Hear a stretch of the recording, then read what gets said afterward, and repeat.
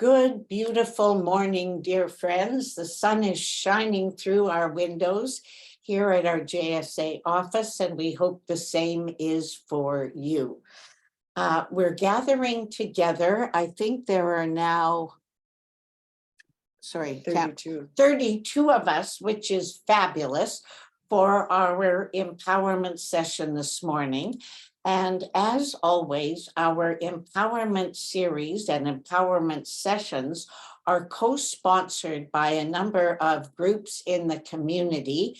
And so today, our JSA session is being partnered with and co-sponsored with Jewish Family Services and the Parrott Center. So delighted to have our co-sponsors and all 30 plus of us on the Zoom.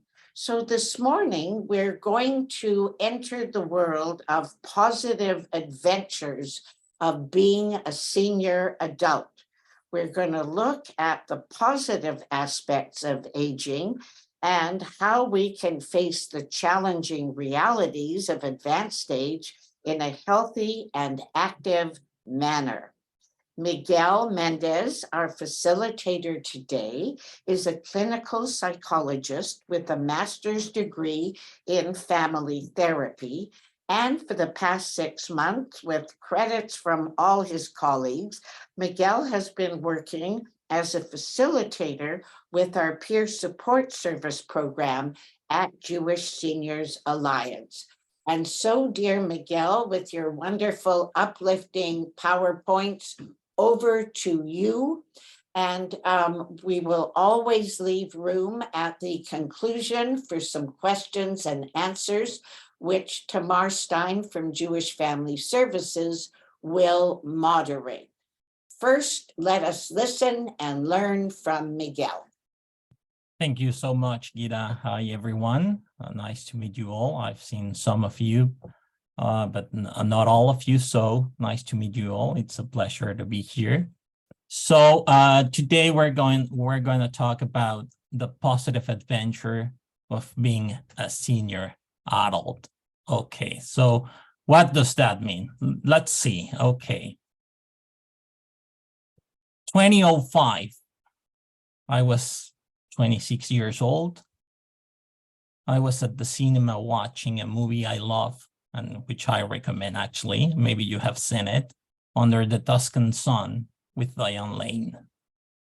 And suddenly I get a text message from my dad telling that my grandmother had passed away. 3 hours, just 3 hours earlier, my brothers and I had been with her, even my girlfriend. Now she's my wife, by the way. And I will never forget her telling me, I like this woman for you. And it seemed as if everything had been a perfect setup, or as if everything had been surgically planned. The first thought that came to my mind was, what a great life. What a great woman. What a way of transcending in this life. The last 10 years of her life, she worked without a salary in a stationery store. Her sister-in-law was the owner. And well, she lived with the bare necessities. She loved to dance. Oh, I guess we lost the presentation.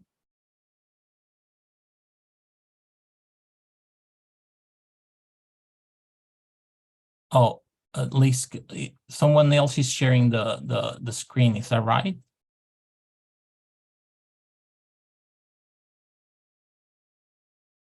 Okay, let me share it again.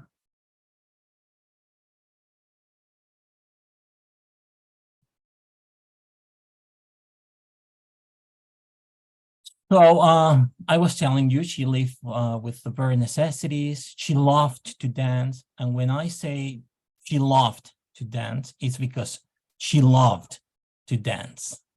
My older brother and I were her dancing partners until we got married. And I remember always telling her, why, Grandma, don't you take a cab someday or sometime? And her answer was, in a cab, I cannot talk to anyone. I cannot share anything. I cannot be listened to, and no one can listen to me. So she had 4 purposes on her life. Like now that I see it on perspective, like very clear. Number 1, she liked to travel. She liked to see her son, my father. She liked to see us, my brothers and I. And she was passionate about talking. When I was 14, she took my older brother and me to Cuba, to the capital city, Havana. And I was 14, my brother was 16. And I want to tell you this because I've always felt like this story shows you very well, or it pictures very well, the kind of woman she was. We were sitting in the lobby of the hotel, my brother, my grandmother, and at some point we were having a soft drink when a lady in her maybe late 40s approached my brother, and she told him that she wanted to introduce him to her daughter, a young woman about maybe 21 years old, completely tanned, beautiful. I gotta tell you, a beautiful woman. I can remember I was 14. And my grandmother, well, he just stands up and he goes to their table. And then after 25 minutes or 30, my grandmother starts to get restless. Like, oh, she was like, oh, what's going on here? So she goes to their table and says to the young lady and to the mother, sorry to interrupt this conversation, but I have to take my grandson with me because he has to take a bath. So you can imagine the look of my brother's face, mine, the ladies' faces, and well, at this point, I wanted to tell you this story because regardless of your age, we are human beings who laugh, who enjoy, who learn, and who also suffer. And let me tell you, let me leave this last because it's part of it. We're not just suffering, and sometimes we think we are just suffering. And we have been told the story that growing old is equal to something unpleasant, to be alone, to be sad, to be isolated at some point, to be still, to be wrinkled, to be sick, but nothing could be further from the truth. Growing old, it's a privilege, a gift, and an adventure. Well, some of you might say, well, you don't look that old. I am a psychologist, as Gita said. I have a private practice, and well, I gotta tell you that maybe 70% of my clients are senior adults. By growing old, we got more memories, more stories, more experiences, more people. We get to know more people, and someone will tell me, yeah, but more suffering, more pain, more disappointments as well. Okay, yeah, that's true. That's true. So, how should I feel then? How should we feel then? That would be the question. After knowing all this information, how should I feel? We should feel afraid, reluctant to change, uncertain.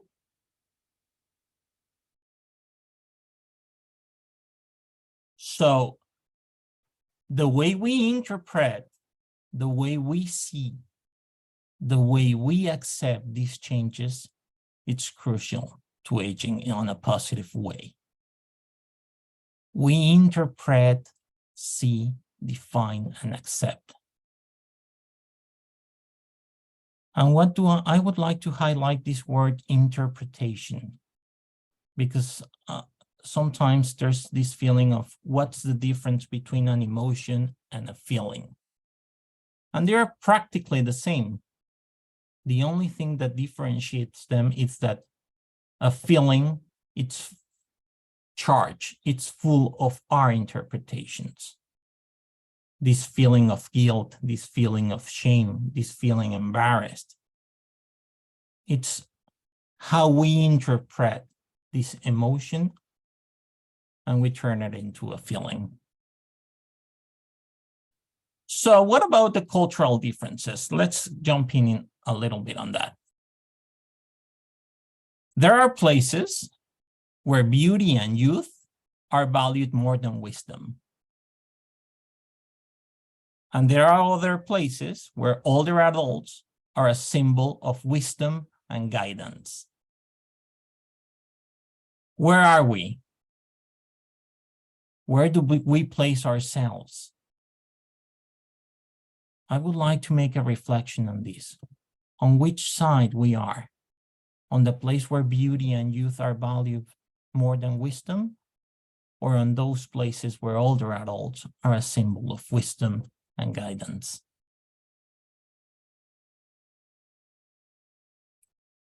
We have been led to believe that growing old or to age is to fight, to defend ourselves, to struggle, as if growing old or aging were a disease, as if growing old were a bad thing, as if we don't know that we are all going to be there. It's like shooting ourselves in the foot.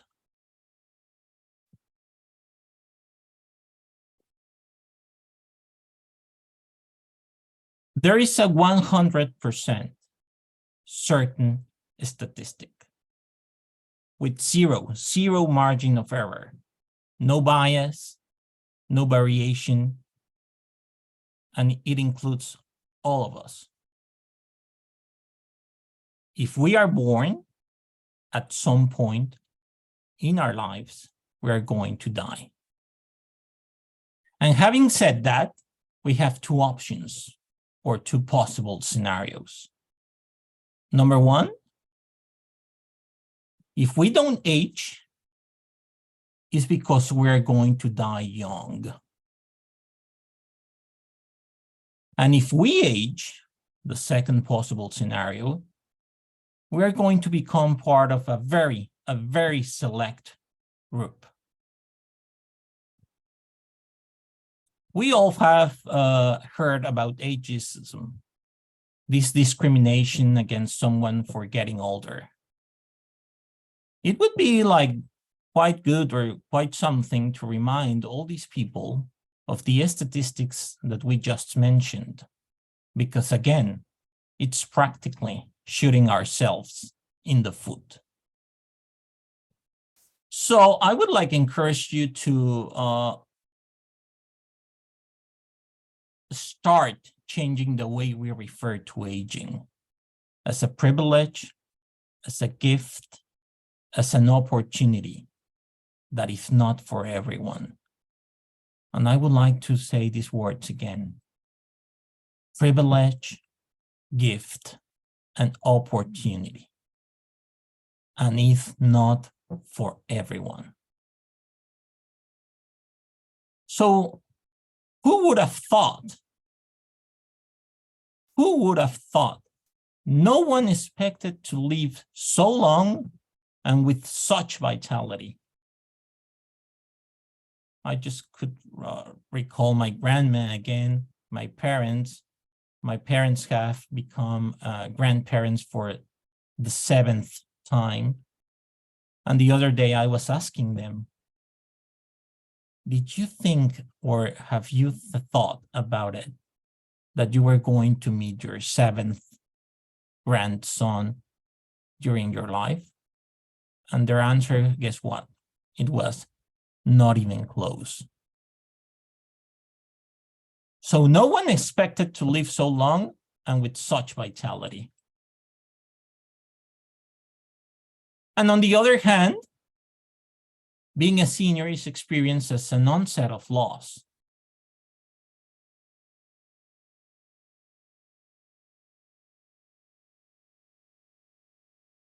We lose energy. We lose physical attributes. We lose vitality. We lose friends. How come we are losing friends? If we had like so many when we were in our 20s, 30s, 40s, why are we losing friends? And the next one, well, yeah, it's part of life. We lose families. Families split. The children go away, they get married, they just are in search of their own independence. And here comes one of the words that I would like to highlight on this talk. And there are going to be two words, just two words to take away. Number one, it's the following: purpose.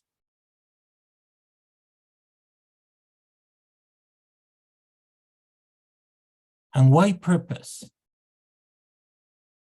At what point we have lost purpose?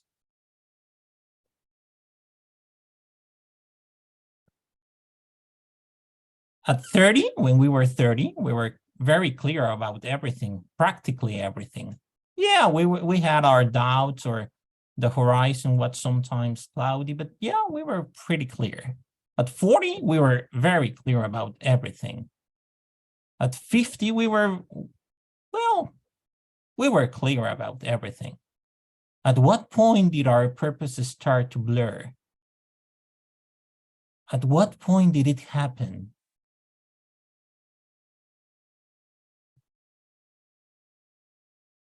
So how is it that we have lost so much if we have achieved so much? Even our life purpose. Is it age? Is it reality, what we are living? Is it fatigue? Or it is just simply the way it is? I would like to encourage you to make a reflection today on these questions. Why I've lost purpose, this sense of purpose. And here comes another question. Where does it all begin, or where does it all end?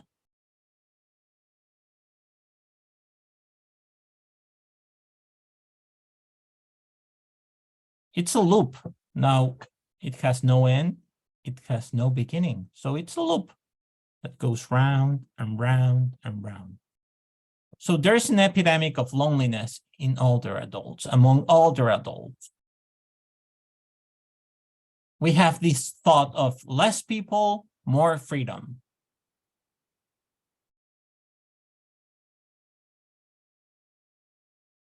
The fewer people, the fewer commitments, the fewer contacts, the more freedom. Okay.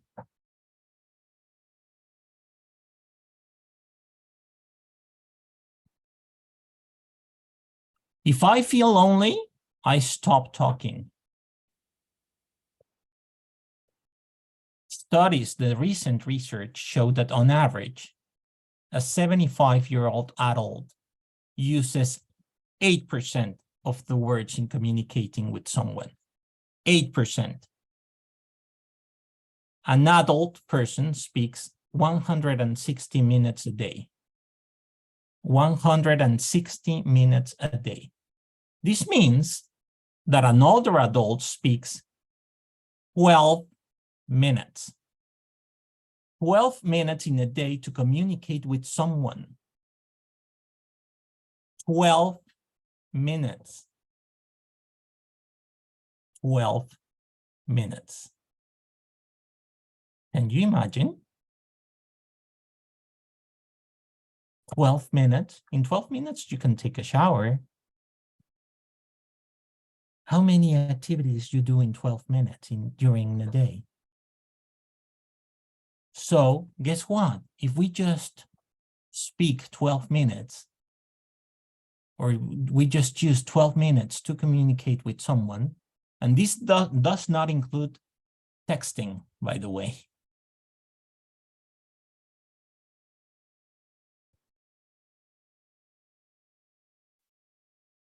So there's going to be a decline in cognitive and physical abilities.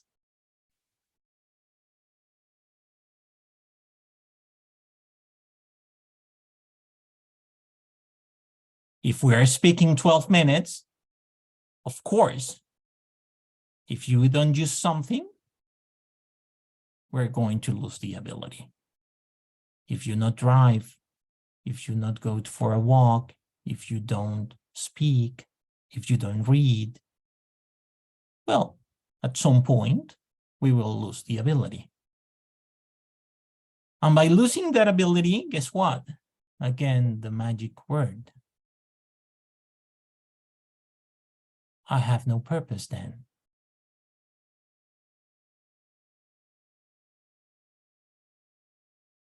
My purposes or my purpose go on the back burner. So what is purpose? Again, what is purpose?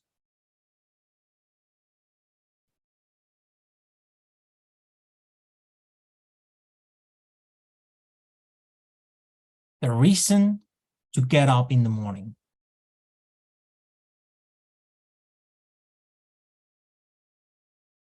The reason to get up in the morning. I just can't get up to go to the bathroom.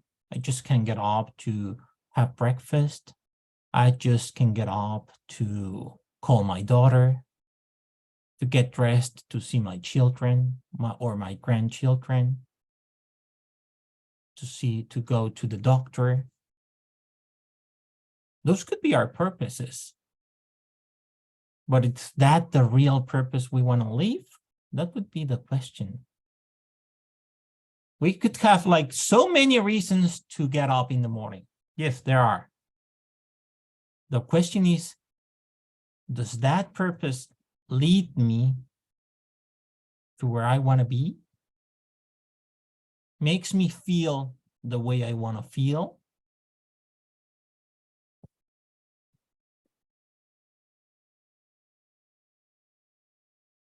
And here I'm going to skip a rule of this golden rule for us psychologists, which is don't give advice. And if you see Grace around there, please don't tell her.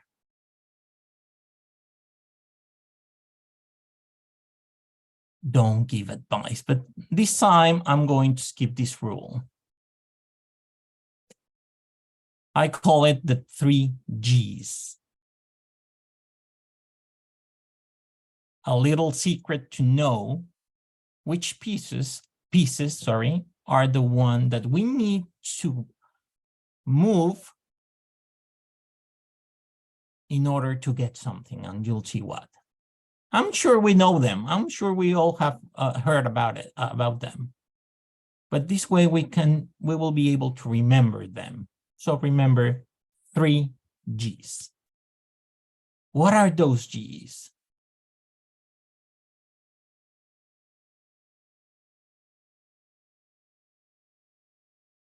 Grow friendships, good relationships, and get along well.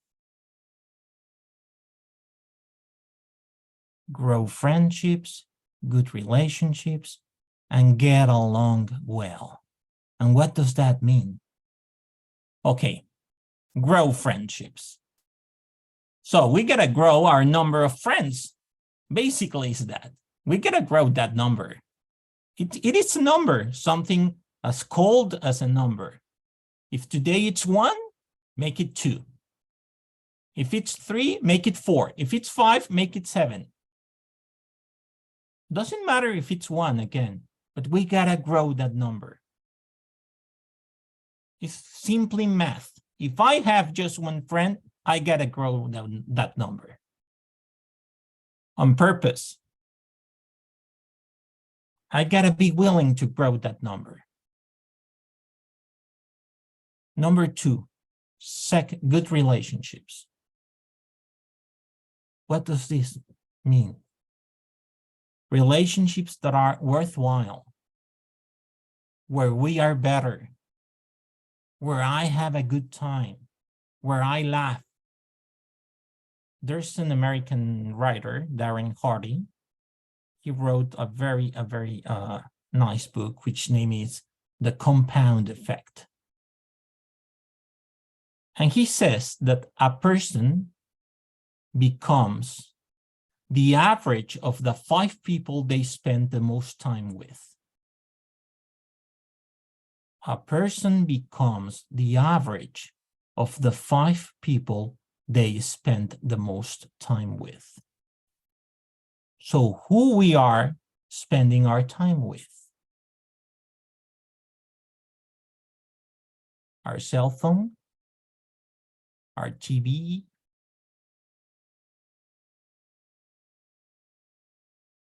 And finally, the third G, it's get along.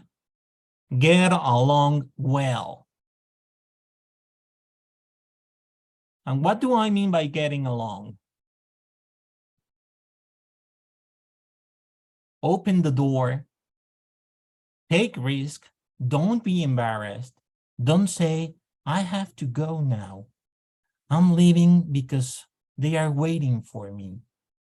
I'm leaving because you are too busy. Have that second cup of coffee or tea. Walk another lap. You are not that busy. You don't have to go anywhere else. Let's leave those good manners outside. Let's leave those political correctness outside.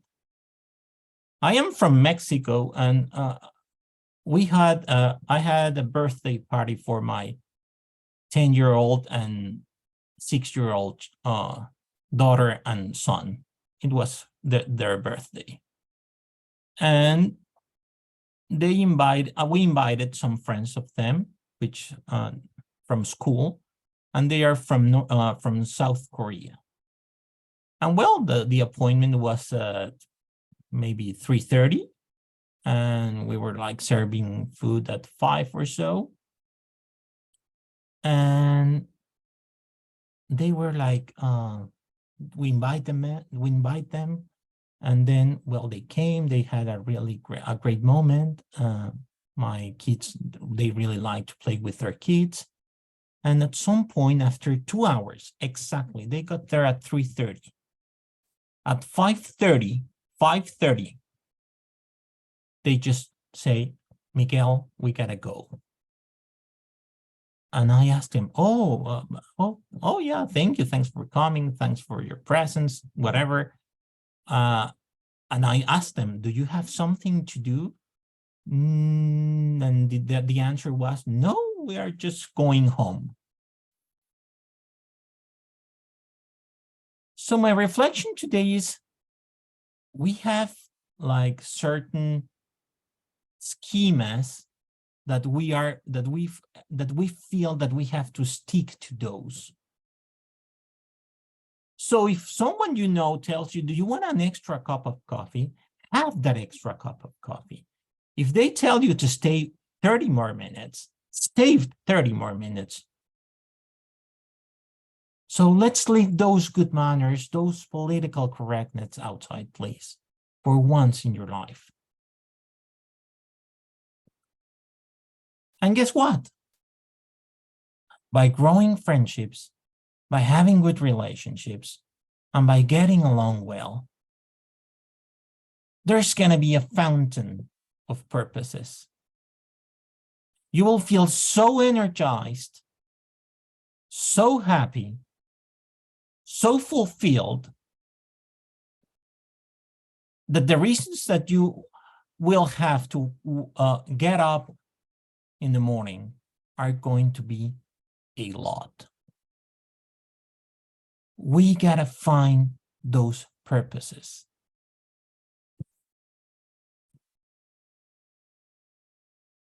And we'll fake it until you make it. Do it because you want to. And if you don't want to, do it because it's good for you. So let's put some strategy in this. Okay, I do not feel like I want to go. I feel tired. Oh no, I prefer to stay home. It is safer. COVID, whatever. We will find the excuses. We will, always can find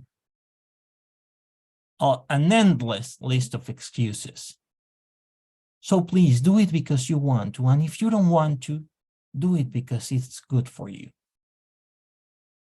Let's put some strategy on our well-being. Let's put some strategy on our wellness. Let's put some strategy on our emotional wellness and our mental health. And here comes the second word that I would like to just highlight. I'm about to finish, so don't worry. Attitude. What about attitude? And I'm sorry to tell you that if there's no purpose, there's no attitude. Because they go together. They are linked. If there's no purpose, there's no attitude. As simple as that. Attitude doesn't matter if you have no purpose.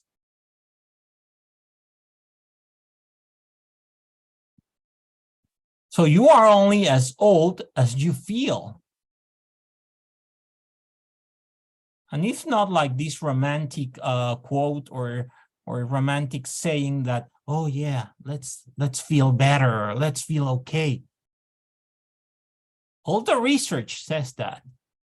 The percentage with people with dementia, the percentage with people with disabilities is not as big as we think. There are dementia, there is dementia, there is. But we gotta put some like the positive attitude to this. And I know I'm pretty sure that you've heard about putting a good attitude. But we need to know why I'm going to put a good attitude. And again, it's a matter of a strategy. You are only as old as you feel. There's this study from the University of Dublin, the Irish longitudinal study of aging, which says that older adults with negative attitudes towards aging had slower walking speed and worse cognitive abilities compared to older adults with more positive attitudes towards aging. This study has been taking a lot of relevance lately because they've been doing this study for quite some years. And guess what? The outcome, it's always the same. The attitude we put on our activities, on the purpose we have, it's going to be the things that's going to change everything. So just remember purpose, attitude, and the 3 Gs. And I would like to end with this fragment from Oprah Winfrey that says, "We live in a youth-obsessed culture that is constantly trying to tell us what we are not, that if we are not young, and we are not glowing, and that we are not hot, that we don't matter. I refuse to let a system or a culture or a distorted view of reality tell me that I don't matter. I know that only by owning who and what you are can you start to slip into the fullness of life. Every year should be teaching us all something valuable. Whether you get the lesson is really up to you. Thank you very much, and thanks for your attention.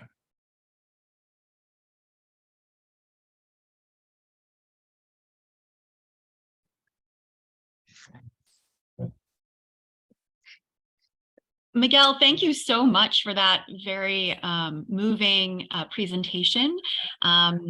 It was very, I thought, very thoughtful, and I liked the familial anecdotes that you shared as well. For those of you who don't know me, my name is Tamar Stein. I'm the Seniors Community Outreach Coordinator at Jewish Family Services, and I run the Thriving Seniors programming. And I want to thank Gita and all the folks there at JSA for partnering with us today on this good talk. And if you want any information about Thriving Seniors, you can always reach out to me. We do have time today for questions and answers. You can either put a hand up physically. We can all see you here if you have your camera on, or you can put up the hand up emoji on the bottom of your screen.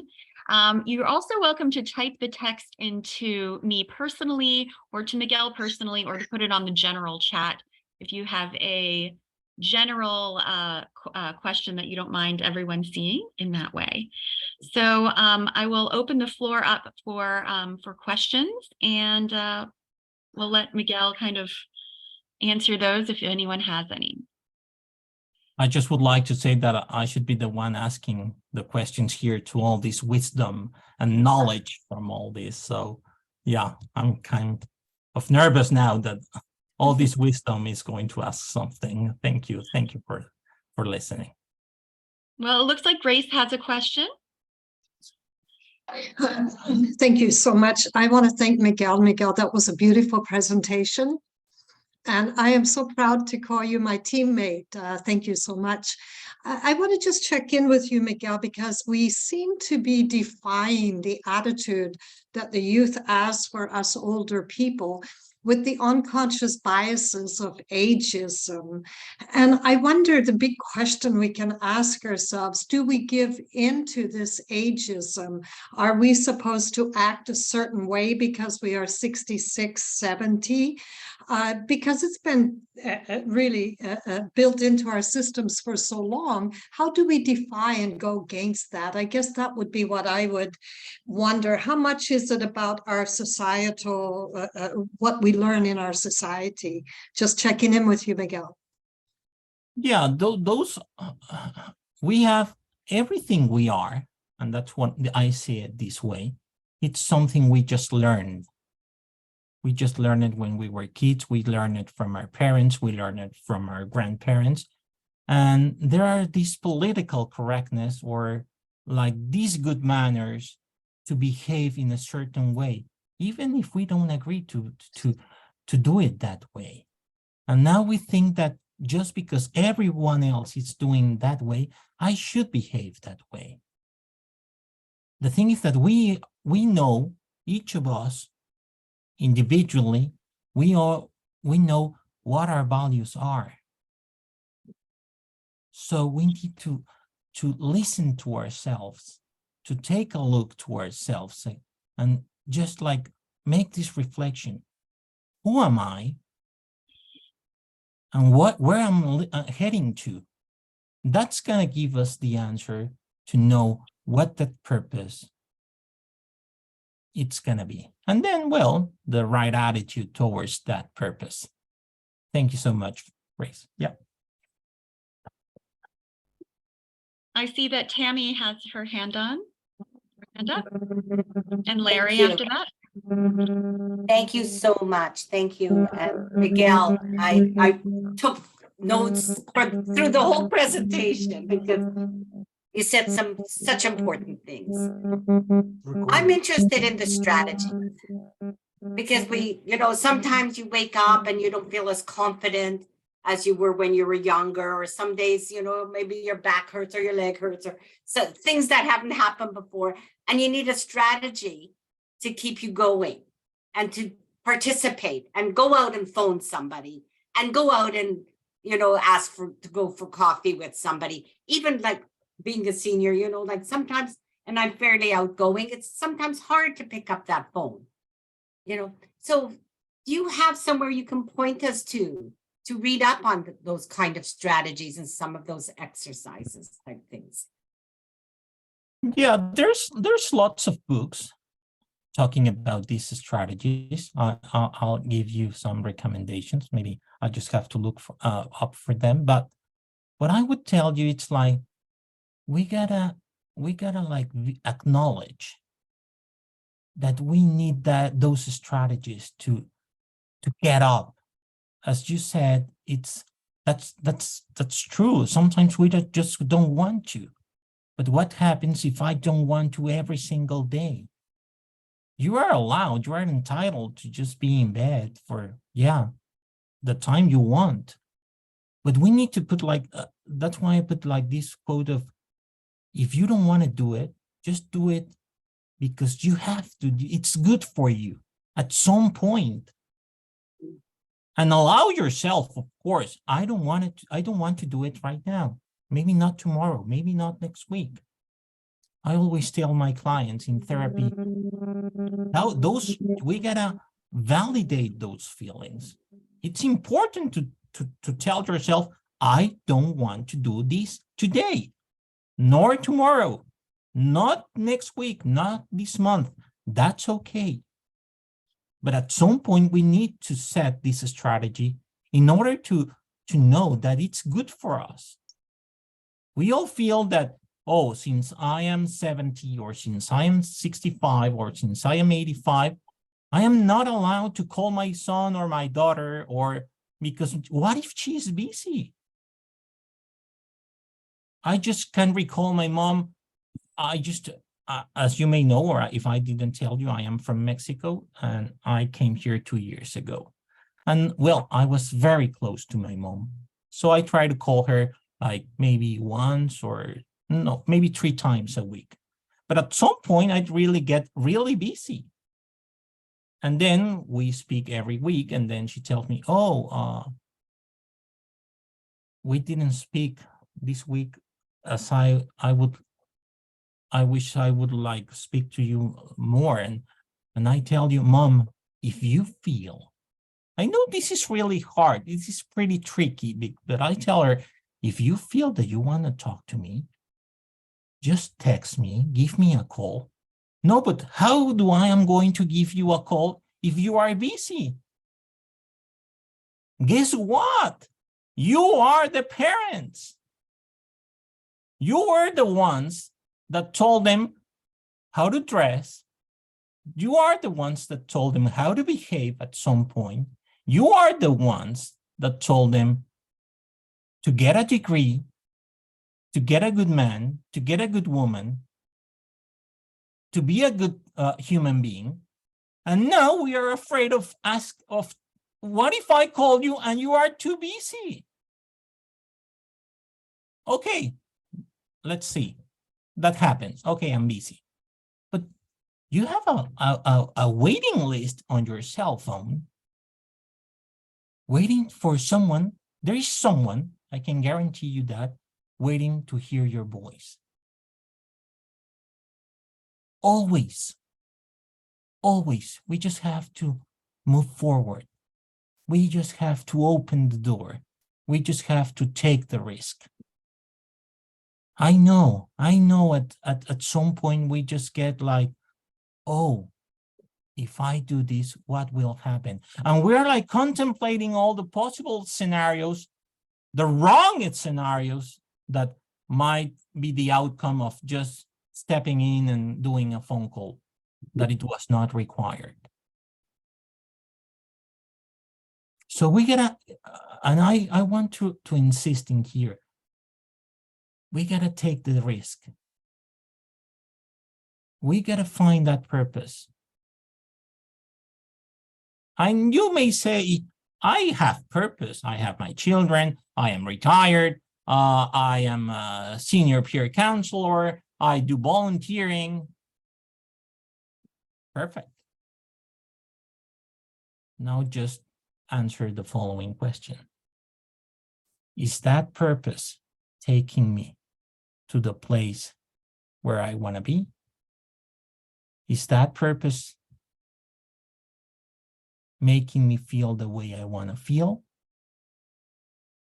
And those are answers you are going to give. You're just going to answer for yourself. So let's take the chance. Let's take the risk, please. You were the parents. You have the authority. And they will tell you, don't call me, Mom. Yeah, there are some that do, but now you know that you are entitled to do that. Because we've been thinking that since we are aging, we are losing authority. We are losing who we are. We don't have any more power. And yes, we are saying, oh, we got our rights and we need to be seen. And yeah, but now we got to act it. It's not only thinking. We got to stop thinking and we got to take it to action. So now Miguel, that's such a good point that you make there. And Tammy, you're wondering about, finding purpose and what resources there are out there. But look around, these are all resources, all of the faces that you see in these boxes. 1 year ago, we had a joint program with the JSA for their empowerment series, and it was about older adults finding maybe their purpose later on in life, or even though they're older, traveling around the world or doing whatever they do. And so a lot of the people who are, your cohort actually who have found purpose could maybe be a resource there as well, to talk to other people who feel very connected to their communities, or have another reason for getting out of bed than just the chores they have to get done that day. I see that Larry's hand was up first, and so we'll go first to Larry and then to Vladimir. Someone might need to unmute Larry. There we go. That's okay. Thank you, Tamar. And especially, thank you, Miguel.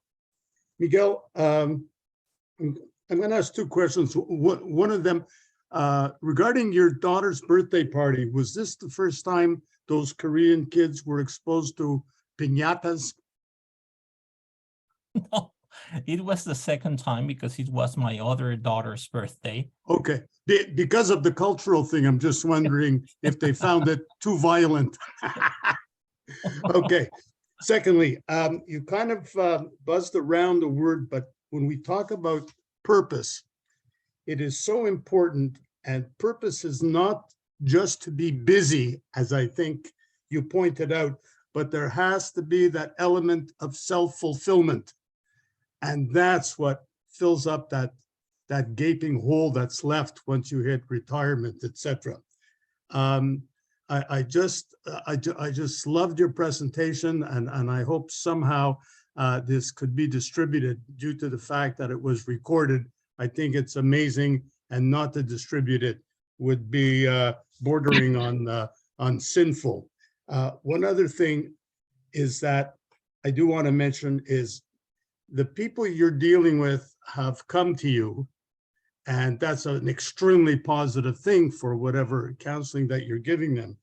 But how do we discover those who have fallen victim to the isolation and loneliness to which you refer, and helping those people, or trying to think of ways and acting on it, is probably the best purpose any one of us can ever find to do. And personally, it's extremely fulfilling, and I'm sure many other people could enjoy that same fulfillment as I do. Thank you, Miguel. Thank you, Larry. And yeah, we got to find purpose according to our values. And the purpose here is going to be different for everyone. Correct. Completely different.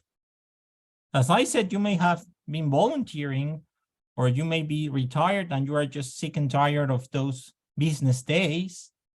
Or maybe you're just like, oh, I'm done with my grandchildren because it was too much. So we have different purposes. When I put my children to my parents-in-law and to my parents, the outcome is completely different. Yeah. My parents is like, oh, we're so glad to see them. And we're so glad that you are living at some point. Yeah. And my parents-in-law, it's like they stop whatever they are doing, and they just go with the kids. So Wonderful. it changes individually for everyone. Very much.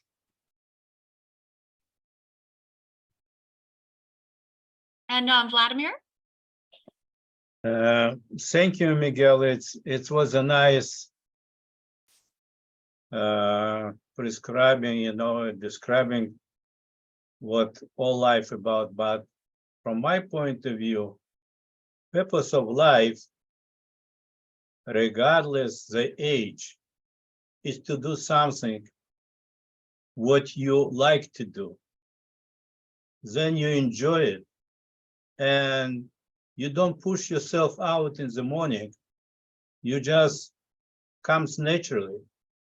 But if you do, just like you explained, you don't do today, you can do tomorrow. It's no tomorrow. Today may be the last day. That's So right. you have to put something, what you like to do, and go this way. Just keep going this way. And regarding the party, I don't agree with you again. It's when you have even close friends, it's a time to stay, a time to go. 5 minutes, maybe it doesn't mean a lot, but sometimes it's come to a point, and especially when a different culture, when you want to relax. And it's not easy to say, you know, sorry, we have to go. You have to look for some excuse to go. You just feel it, it's time to go, you just go.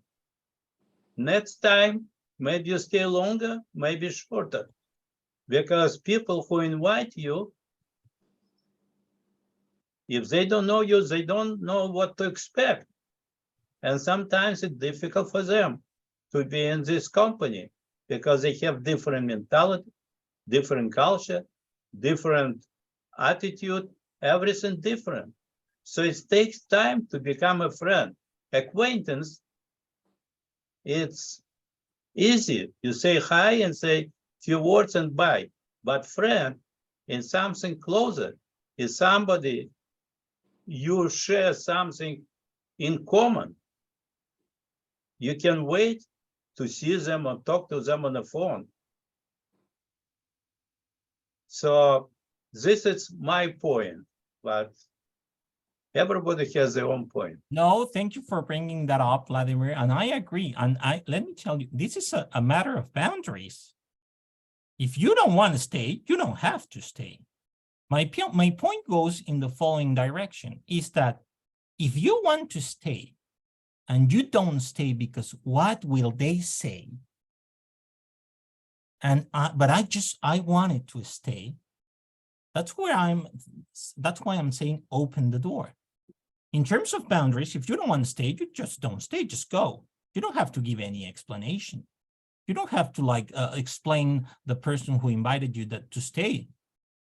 Maybe But they will feel maybe culturally, as you said, they don't feel, for me, 2 hours, it's more than enough. And that's fine. Guess what? I've been invited to parties for 2 hours, 3:30. And if you are not there at 3:30, that's your problem, because at 5:30, get out.